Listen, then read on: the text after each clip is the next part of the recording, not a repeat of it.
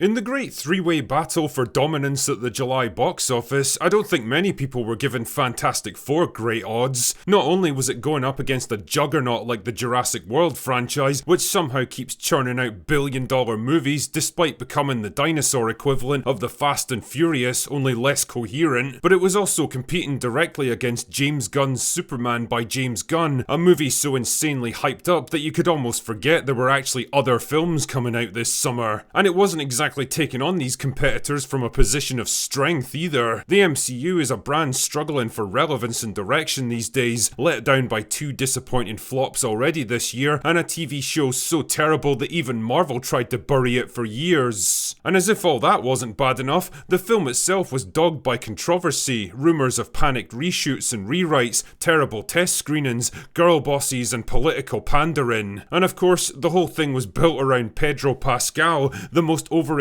and overhyped actor in Hollywood history. All of this is to say that Fantastic Four felt like it was counted out before the fight even began. But here's the funny thing, dear viewer. It's actually pretty fucking good. You got me shitting me!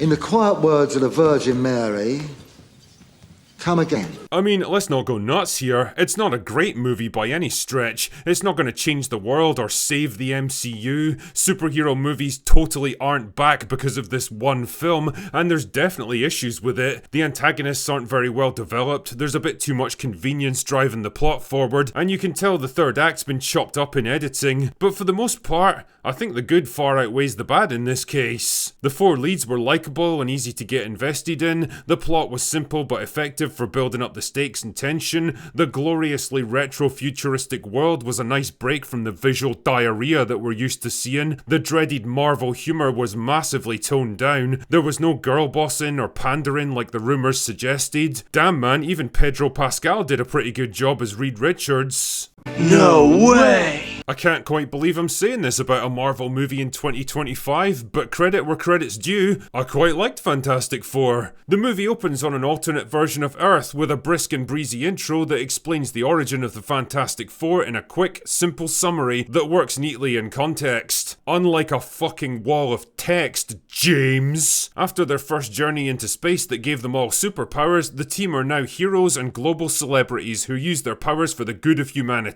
All great stuff, until one day the Silver Surfer crashes the party by announcing that Earth has been marked for death, and Galactus is on his way to eat the fucking planet. Not good news, so the gang head into space with a heavily pregnant Sue Storm to intercept Galactus and either negotiate a peaceful settlement or find a way to destroy him. Galactus easily captures them though and offers them a simple choice: hand over Sue's unborn son and he'll leave Earth alone, or refuse and he'll kill them all and eat their planet anyway. Boy, that escalated quickly. Naturally, they're not particularly keen on this deal, so they bail the fuck out of there and return to Earth, and for some reason, Reed Richards tells everyone exactly what went down. You are the dumbest smart person I have ever met in my life. Like, how do you imagine they're gonna take it when they realise you're the reason Earth is about to get eaten by a giant cosmic demon gods? Anyway, with Galactus on his way and their popularity on the downslide, the race is on to find a way to either defeat him or escape before he gets there. But does the answer really lie with a desperate plan to hide the entire planet, or does the Silver Surfer hold the key to stopping him? Now, there's a lot I want to say about this film, and for once, I want to start with the good news. Oh, and I'm probably going to dip into spoilers here, so consider yourself warned.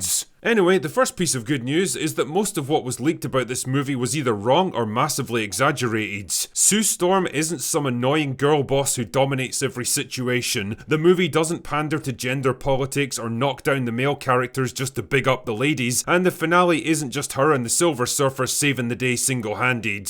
Everyone gets stuff to do throughout the film, it's very much a team effort and all four of them have a role to play. Well, maybe not so much the Thing, but really, how much can you do with a fucking walking boulder that punches things? Reed leads the way when it comes to science and technology, while Sue is more of a maternal presence over the team, and that's fine. It's a collaboration, not a competition, which is how it should be. Johnny Storm is way less annoying than the trailers made him out to be, and he's actually pretty smart and makes a key discovery that helps him understand the Silver Surfer's true nature. Yeah, I think the movie could have given them more scenes together to flesh out their relationship, but I'll get more into that later. And believe it or not, I also have to give props to Pedro Pascal.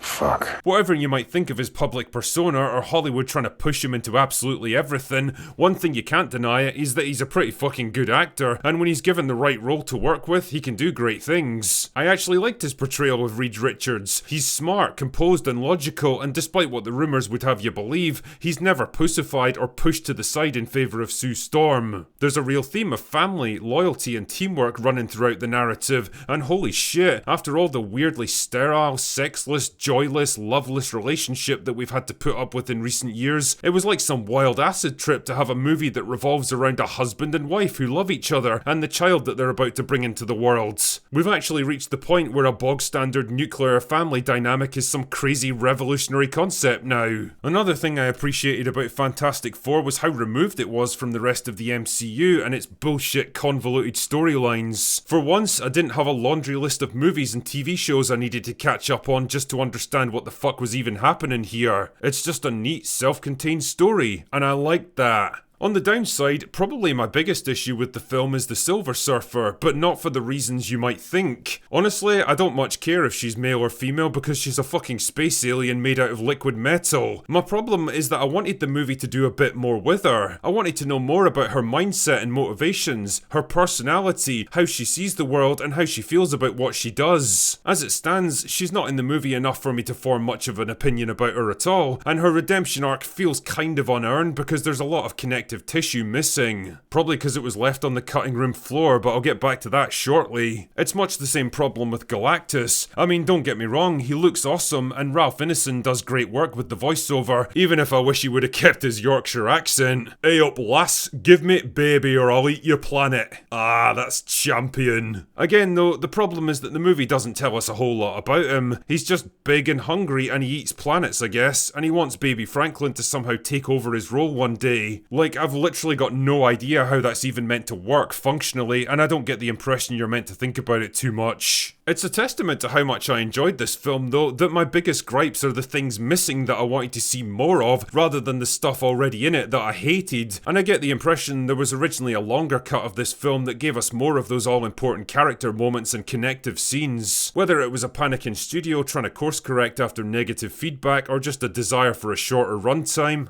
I'm not sure, but the end result is a slightly rushed, timid sort of movie that could have been something really special with just a bit, well, more. As it stands though, Fantastic Four is a surprisingly decent movie that does what it does with just enough flair and heart to get you invested, and that probably would have been considered thoroughly mid a decade ago. But in these dark days of cinema, well, it's by far the best superhero film of 2025. Make of that what you will. Anyway, that's all I've got for today. Go away now.